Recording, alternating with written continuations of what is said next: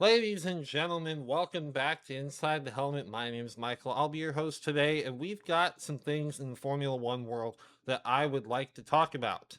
But first, if you are not already subscribed to this YouTube channel or following my TikTok page, you can see it on screen right now, or the Inside the Helmet Instagram page, I heavily suggest you go and subscribe on YouTube and follow on Instagram and TikTok right now because we're starting up a new series called Mini Helmets that is going to be a series of shorts that are going to each be dedicated to one individual topic in a brief and concise and digestible way. It's not going to be, a full podcast length with all this discussion. It's going to be a lot more clear and concise and to the point.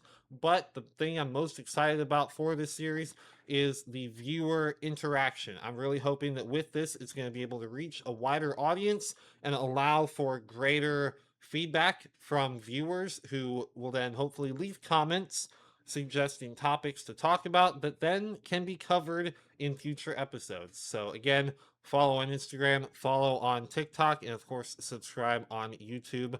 Don't miss out, it's going to be a lot of fun. But with that out of the way, let's get right into the Formula One news. We had the Belgian Grand Prix this past weekend at the circuit, Spa Francorchamps. I definitely mispronounced that. Forgive me. Anyway, we had a couple interesting things happen. I'm pulling up the results on my phone just so I can talk about them accurately. So, of course, if you're not familiar, um, Formula One in 2026 has been dominated by Mercedes because they have cracked the code with this brand new generation of cars being nearly 50-50 split between the reliance of the internal combustion engine, a regular engine, and the electric power.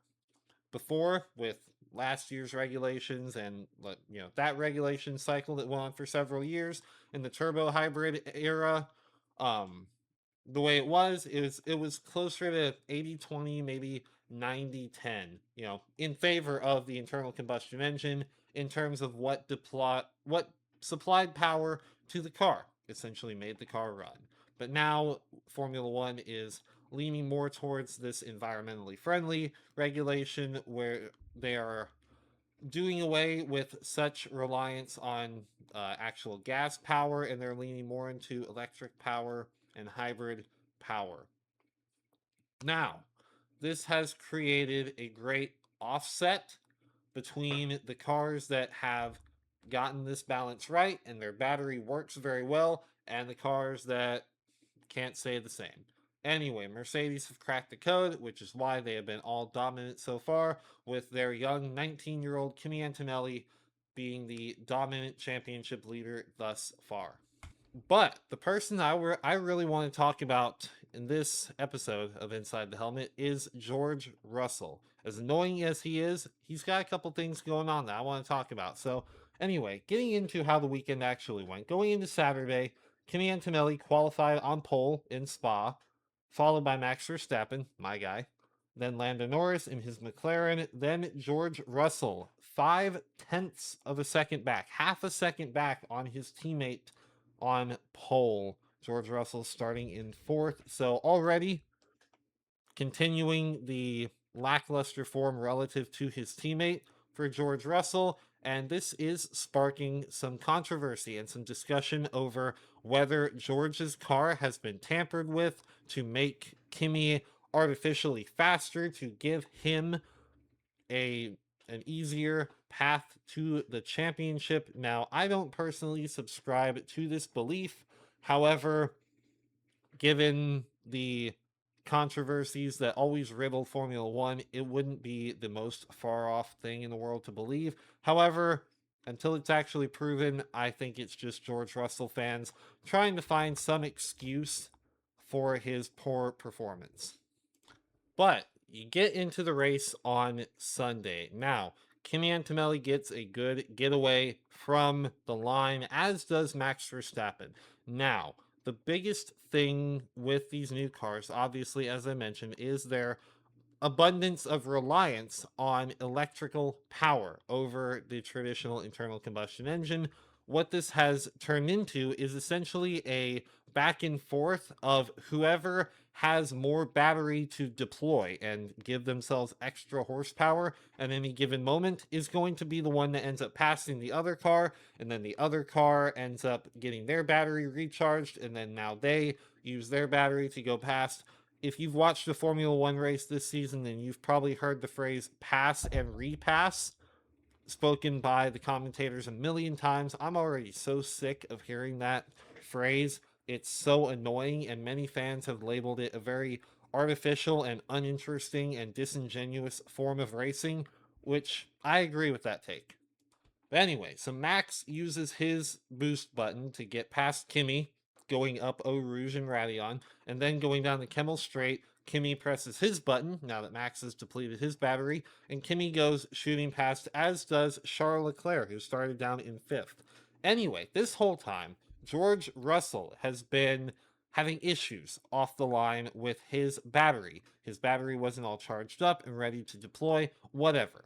This leaves him vulnerable to not only the charging Leclerc from behind, but Lewis Hamilton, who started even farther back, as well as the McLaren of Oscar Piastri, who's in the mix as well.